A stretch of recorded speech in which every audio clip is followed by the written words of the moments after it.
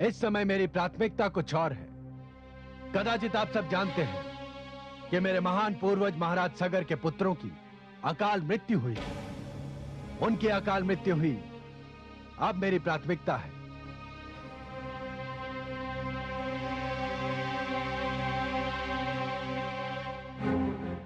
और इस विशेष कार्य को पूर्ण करने के लिए मैंने वैराग्य लेने का निर्णय ले लिया है।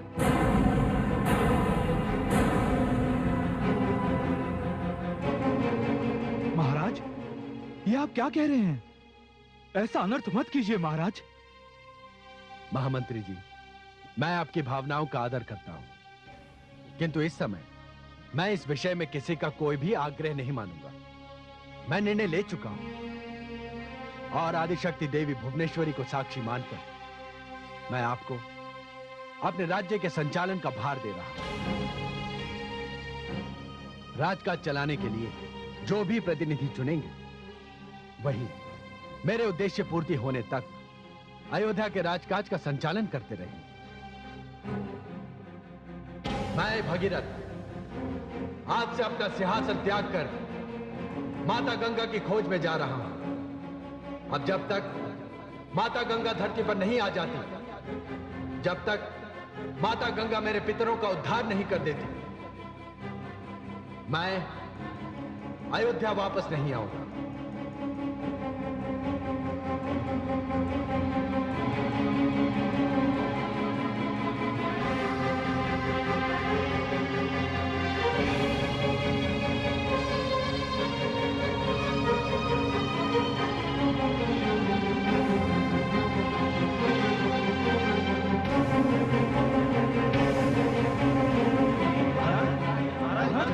मत जाइए महाराज, हम पर कृपा कीजिए महाराज। तुम्हें किसके आश्रय पर छोड़कर जा रहे हैं महाराज?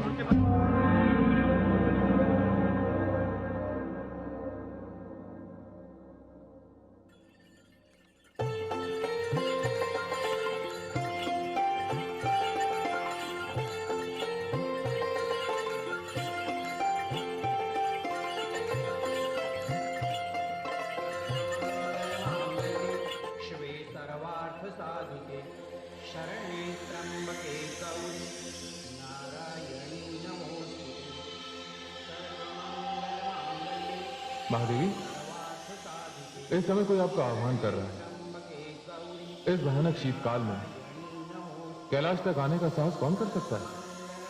हाँ स्वामी, एक बात तो स्पष्ट है कि जो कोई भी यहाँ तक आ पहुंचा है, उसे अपने प्राणों का मोह नहीं है। इस भयानक शीत का प्रकोप तो धमनियों में रक्त के प्रवाह को हिम में बदल देता है। महादेवी, ये तो कोई आपका अनन्य भक्त जान पड़ता है। उसके प्राणों की रक्षा कीजिए। नंदी, हमें उस ओर ले चलिए जिस ओर से ध्वनि आ रही है।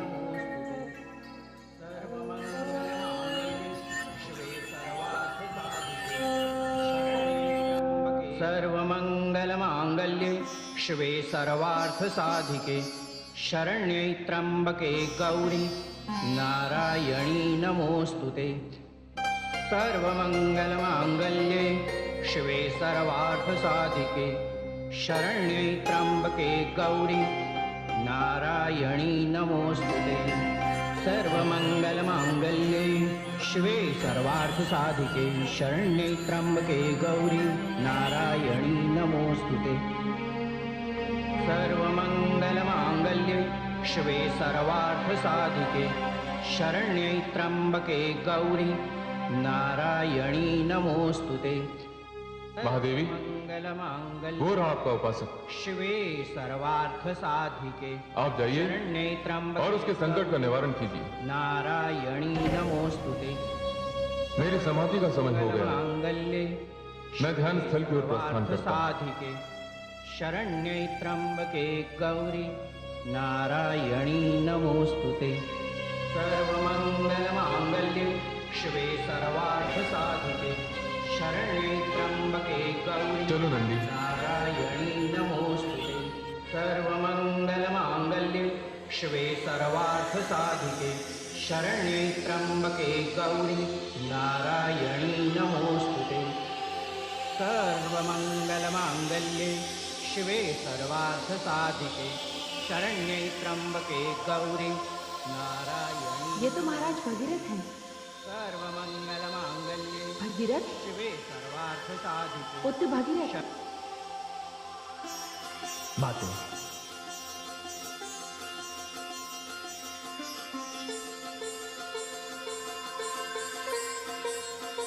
माते, मैं आपके दर्शन के लिए आया था, किंतु ज्ञात हुआ कि आप और देवाधिदेव कैलाश पर नहीं हैं। मैंने निश्चय किया कि मैं आपकी यहीं प्रतीक्षा करूंगा। किंतु पुत्र, मैं ये क्या देख रही हूं? तुमने राजसी वस्त्रों का त्याग करके ये वैरागियों के वस्त्र क्यों धारण कर लिए? पुत्र, यहां आने का कारण? माते, आपसे क्या छिपा है? आप तो सब कुछ जानते हैं। हां, मैं इतने वर्ष अपने पूर्वजों के दुख, उनके कष्ट से अनजान बना रहा। अब ज्ञात हुआ है, उनके उद्धार के लिए मुझे माता गंगा की आवश्यकता आन पड़ी है। माते, किंतु पुत्र, देवी तो ब्रह्मलोक में है और इस कार्य के लिए तुम्हें ब्रह्मा जी की तपस्या करनी होगी। पुत्र, मैं तपस्या करूंगा माते, इसीलिए तो मैं वैराग्य लेकर निकला हूं। किंतु मुझे ज्ञात हुआ है कि माता गंगा को ब्रह्मा जी ने आश्रय दिया है। जब तक माता की इच्छा नहीं होगी, मेरी तपस्या नहीं फलेगी और माता गंगा को ब्रह्मलोक त्यागने के लिए केवल आप ही कह सकती है। माते, माते, आपकी मुझ पर बड़ी कृपा होगी। माते, मुझ पर कृपा कीजिए। मैं केवल यही कष्ट आपको देने के लिए यहां आया हूं। पुत्र, तुमने इस कष्ट से अधिक इसका मोल चुकाया है। शीतकाल में कैलाश की सीमा में प्रवेश करना असंभव है। पुत्र, अपने पूर्वजों के लिए तुम्हारे संकल्प से मैं अति प्रसन्न हूं। मैं इसी समय ब्रह्मलोक जाती हूं। माते, यह आपकी बड़ी कृपा होगी मुझ पर। नहीं पुत्र, संतान के प्रति यह माता का कर्तव्य भी होता है। मैं चलती हूं पुत्र।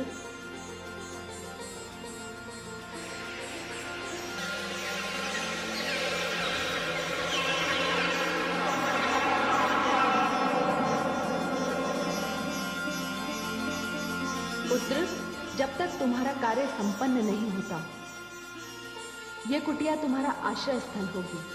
नहीं माते, इस सुविधा के लिए मैं आपका आभारी हूं, किंतु मैंने सौगंध ली है कि जब तक मेरा कार्य सिद्ध नहीं होता, मैं विश्राम नहीं करूंगा। इसीलिए मैंने राजपाट त्याग करके वैराग्य लिया है। मैं यहीं बैठा आपकी प्रतीक्षा करूंगा माते।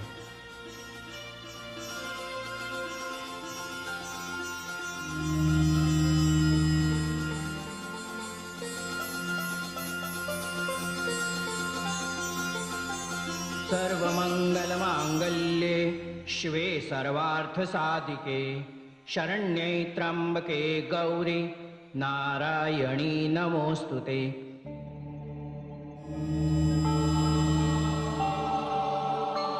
दीदी, दीदी,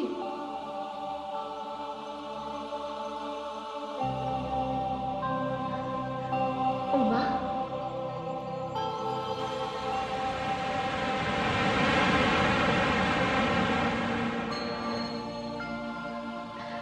प्रणाम दीदी। आयुष्मान भव। तुम्हारा आगमन इतना आकस्मिक है, किंतु इतना सुखद कि मैं अपने आश्चर्य पर आश्चर्यचकित हूं। दीदी, कितना समय बीत गया आपको देखे हुए। आपका कैलाश आगमन नहीं हुआ? नहीं उमा, इस समय मैं कैलाश नहीं आ सकती। तुम्हें कदाचित ज्ञात नहीं है कि मुझे देवी सरस्वती का शाप है। मुझे धरती पर जाना होगा और पापियों के बीच रहना होगा। इस बात को जाने दो, तुमने अपने आने का कारण नहीं बताया। दीदी, मेरे आने का कारण सुनकर कदाचित आप प्रसन्न नहीं होंगी। उमा, ये तुम क्या कह रही हो? तुम मेरी छोटी बहन हो।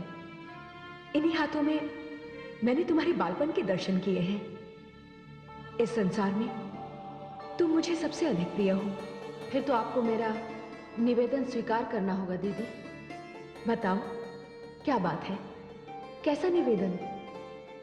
आपको मेरे लिए धरती पर जाना होगा। क्या?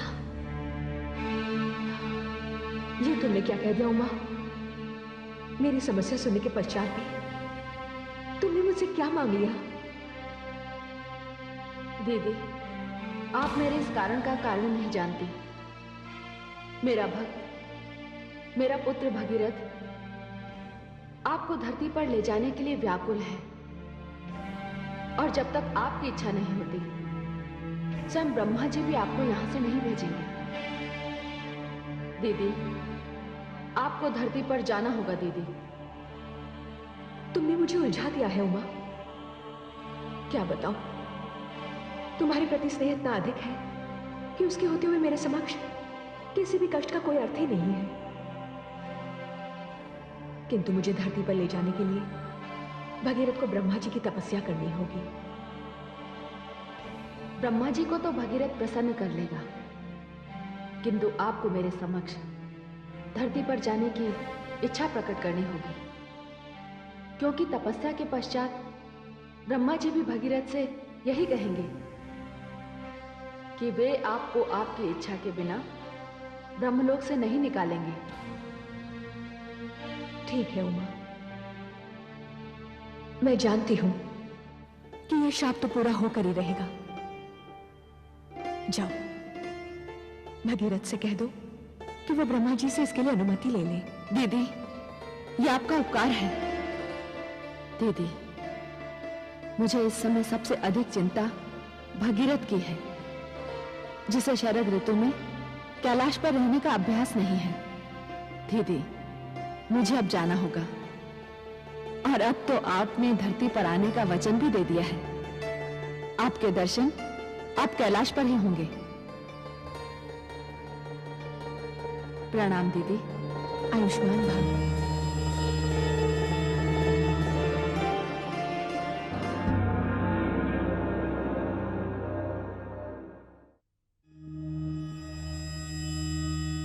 प्रणाम है देवाधिदेव। महादेवी, आपको देखकर ऐसा प्रतीत हो रहा है कि आपका कार्य संपन्न हो गया है। हाँ प्रभु, आप तो जानते हैं मैं कहां से आ रही हूं। कहां से आ रही हैं आप? मैं अपने भक्त भगीरथ के कार्य के संबंध में दीदी गंगा से मिलने ब्रह्मलोक गई थी। ओह, तो ये दोनों बहनों के मिलने की प्रसन्नता है जो आपके मुखमंडल पर झलक रही है। हाँ देवाधिदेव, बहुत शीघ्र दीदी गंगा धरती पर उतरने वाली है। वो कैसे?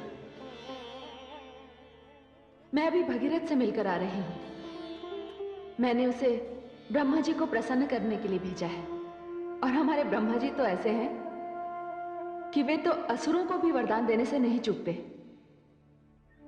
ये तो मेरा भक्त भगीरथ है, जो अपने पूर्वजों के उद्धार के लिए यह तपस्या कर रहा है। मुझे बस एक ही बात की चिंता है स्वामी। कैसी चिंता महादेवी? दीदी गंगा कह रही थी कि महादेवी सरस्वती के शाप के अनुसार वे पापियों से घिरी रहेंगी।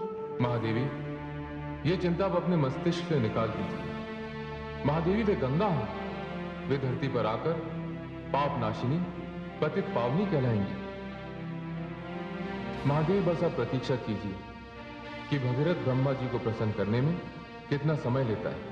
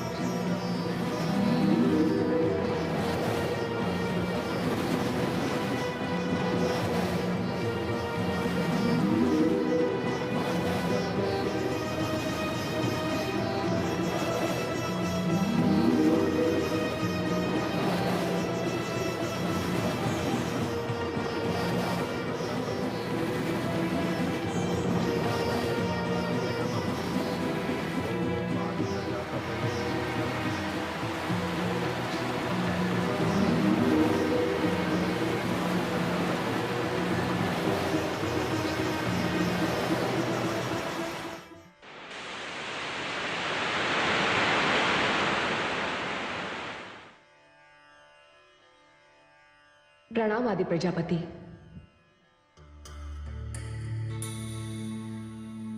अरे देवी गंगा, क्या बात है? आदि प्रजापति, आप इतने निष्ठुर तो न थे। मैंने ऐसा क्या किया देवी गंगा?